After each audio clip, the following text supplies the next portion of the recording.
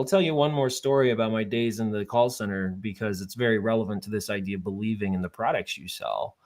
Um, I remember it vividly. My manager's literally standing over my shoulder, listening to me take calls, and there's this beep in my ear. And by the way, remember, I'm in southern Minnesota, so I know I live in Greenville now, but I had very little exposure to the Southeast at that time in my life.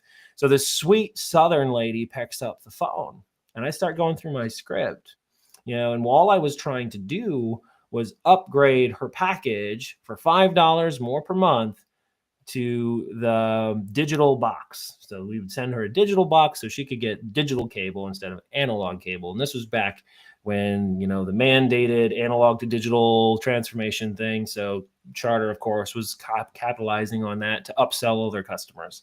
So I'm going through my script and she stops me in this sweet Southern voice, like an old Southern voice, I presume. And she says, I don't have any interest or use for digital cable. She says, technically, I am legally blind. I said, okay. And I'm thinking, my boss is standing behind me. She was super sweet about it. She didn't actually say no. So it didn't even count as one of my 3 no's. But I'm obligated by the scope of my job to continue and try and sell this digital upgrade to this legally blind woman. I'm like, okay, what do I do? So I thought on my feet, and I thought I heard kids in the background. I thought. And I presumed from our conversation and all that she was oversharing is a very Southern tradition. To talk yeah. to strangers. I got a little of that in me. we all have a little Southern woman on the front porch in it. So she's oversharing. So I said, well, can I ask you a question? She said, yes. I said, do you have any grandchildren?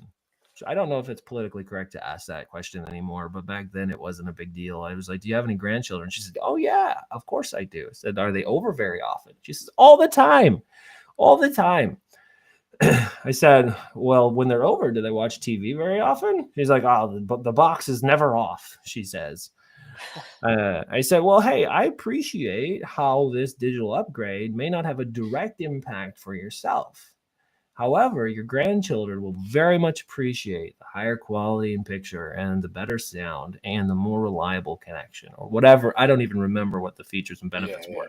It was something like that.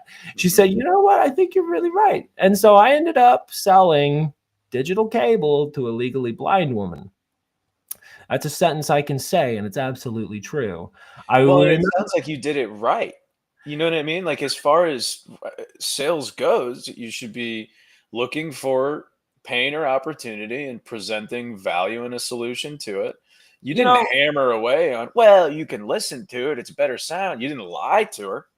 I didn't lie. You're right. I didn't lie, but I'll be honest. I don't think I did anything wrong in that scenario, but I do remember a distinct feeling after I transferred her to the closing team of like, did she really need what I sold her? Would it really be of value to her like I said it was?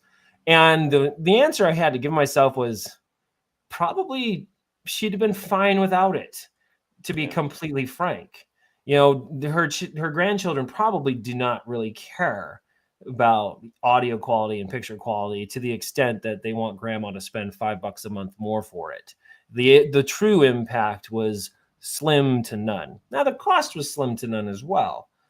But I do remember that distinct feeling of like, I don't think I have confidence in what I just sold. And it was not a good feeling.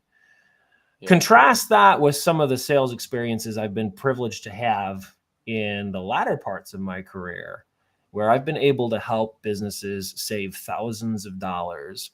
I've been able to help them, decrease operational friction. I've been able to help them increase revenue through the tools that I've been able to help sell, and through some of the systems I've been able to help them build out for revenue and for sales and go to market and all these things.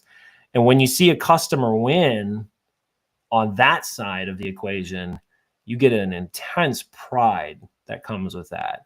And yeah, I mean, I'm coin operated in the sense that everybody likes to make money and everybody likes to win. If you're in sales, it's kind of a red flag if you don't get excited about closing business. But it's more than business closing, it's business outcomes. Whereas the outcomes for that grandmother upgrading her digital cable Right. were small at best.